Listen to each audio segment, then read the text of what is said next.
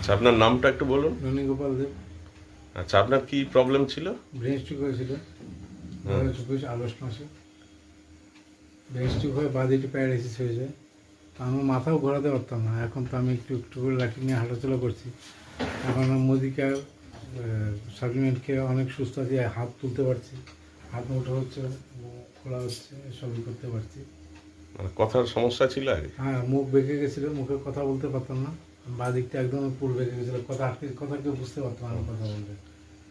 এখন এখন তো আপনারা বুঝতে পারছেন যে কমাস কথা খাচ্ছেন? বলছি। 4 মাস চলছে আমার। আচ্ছা, কি কি খাচ্ছেন আপনি? ইন্টারলেট খাচ্ছি, ফ্লাক্সেল খাচ্ছি, ব্রেন অ্যাক্টিভ, কার্ডিও অ্যাক্টিভ। আচ্ছা, এগুলো খেয়ে আপনি এখন সুস্থ এগুলো কি আছেন? একদম মানে সুস্থ, মানে মানে বোঝানোর বাইরে, আমি বোঝাতে পারবো না কি কতটা সুস্থ আছি।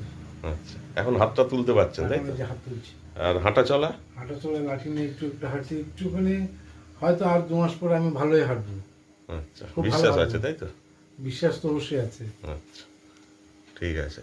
সুস্থ থাকুন, ভালো থাকুন।